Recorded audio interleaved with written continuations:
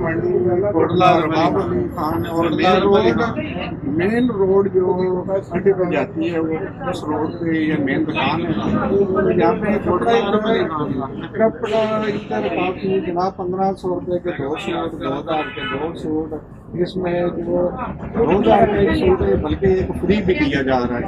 इन भाई से पूछते हैं तो ये खरीदने के लिए आए हैं, इनसे पूछते हैं कि आपको कैसा लगता है कि गरीब और अमीर दोनों खरीद सकते हैं।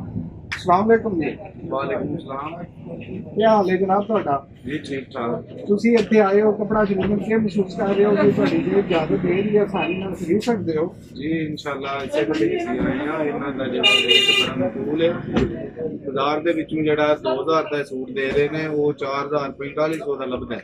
ਅੱਛਾ ਤੇ ਇੱਥੋਂ ਮਾੜਾ ਵੀ ਖਰੀਦ ਸਕਦਾ ਹੈ, ਤਗੜਾ ਵੀ ਖਰੀਦ ਸਕਦਾ ਹੈ। ਇਹਨਾਂ ਦਾ ਮਾਹੌਲ ਮਸਲ ਬਹੁਤ ਅੱਛਾ ਹੈ ਤੇ ਸ਼ਾਪਿੰਗ ਵਾਸਤੇ ਬਿਹਤਰ ਅੱਗੋਂ ਕਿ ਤੁਸੀਂ ਆ ਜਾਓ, ਕੋਈ ਪਰੇਸ਼ਾਨੀ ਨਹੀਂ ਤੁਸੀਂ ਹੈ। ਕਿਹੜੀ ਜਗ੍ਹਾ ਤੋਂ ਆਏ ਹੋ? ਅਸੀਂ ਇੱਥੇ ਦੇ ਕੋਟਲਾ ਅਲੀ ਖਾਨ ਦੇ। ਕੋਟਲਾ ਖਾਨ ਦੇ ਹੋ? जी कोटला अली खान के। सही है जी बच्चे भी आए हैं नाम? जी बच्चे भी आए। ठीक है जी। मेरा कैमरा मैन दिखाएगा जी ये कपड़ों का रेट ऊपर लिखा हुआ है, इधर घुमाए।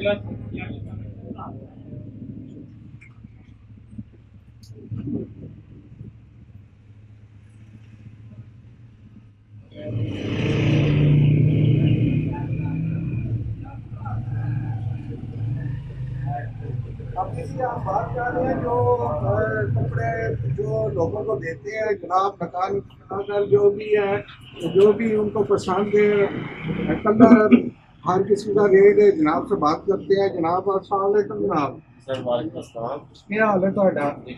ठीक ठाक हो जनाब? कितने की गाहक तुसी सुबह से जनाब देते हो? नाश्ता लगा शुक्र है मालिक ने साथ जे पी के सुबह 9 बजे ओपनिंग करी थी शॉप पी के ते कस्टमर आना शुरू हो जाता है। सुबह सारा दिन कैसे सूखते करती काफ़ी ज़्यादा कस्टमर आते हैं, दूर दूर तो आते हैं। अल्लाह का शुक्र एक ख्याल रहेगा, ठीक है, एक चीज़ रहेगी कहना गारंटी दी जाएगी और खराब हो जाए ठीक है। कॉटन हर किस्म की ਤੁਹਾਨੂੰ मिलेगी, जिस किस्म की कॉटन पाशा की कॉटन जैन की कॉटन हर किस्म की कॉटन मिलेगी। लेकिन उस कॉटन में क्या होएगा तो आपको मिलेगी एक सूट ਤੁਹਾਨੂੰ फ्री मिलेगा, ठीक है। एक सूट फ्री हर किस्म की कॉटन हर किस्म का वॉश कॉटन पर इंशाल्लाह मिलेगा और साड़ी ये ऑफर रहेगी एक ना एक फ्री मिलेगा सामान। ये देख लें, आपने सुन लिया जनाब। एक सूट खरीदेंगे तो एक सूट जो है ये फ्री दिया जाएगा और कपड़े का म्यार भी अच्छा, ये नहीं कि कीमत कम है तो वो कपड़े का म्यार जो है वो कम होगा, लेकिन जो लोग खरीद कर इधर से लेकर जाते हैं वो दोबारा आते हैं। नासिर महमूद DTCO कोटला अरबाब अली खान।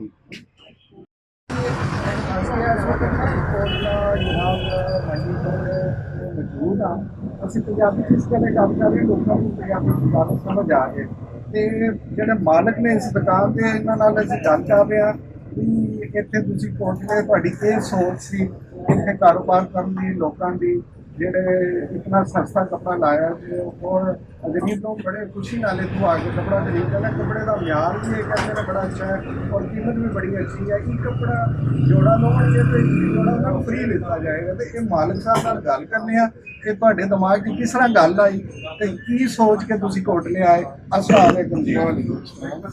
ये जनाब तुसीं के सोचा सी कोटले आके कारोबार करके गरीबां लोकां नूं सहूलत दित्ती जाए? ऐसी सोची जे भाई अजकल जिन्नी महंगाई है, महंगाई के दौर के किसी भी 20 के दिन सन असा क्या इतलाक ने इतनी कुछ सहूलत आवाम जोड़ा ईद के अपनी ट्रेन साढ़े नाल खुशियां दे नाल शरीक हो ठीक है। असी आफर लगाई उन्होंने मेन गरीब आ एक सूट बना एक सूट फ्री 1500 की खरीदारी करोगे तो एक ना एक फ्री सूट भी दोगे। उसको बाद 2000 2500 3000 4000 तक साढ़े कॉटन वगैरह वाशिंग उसकी भी शर्त मुकम्मल गारंटी देना। अगर साडा सूट खराब होता है सीधा सूट वापस दो, ये अपना दूसरा सूट।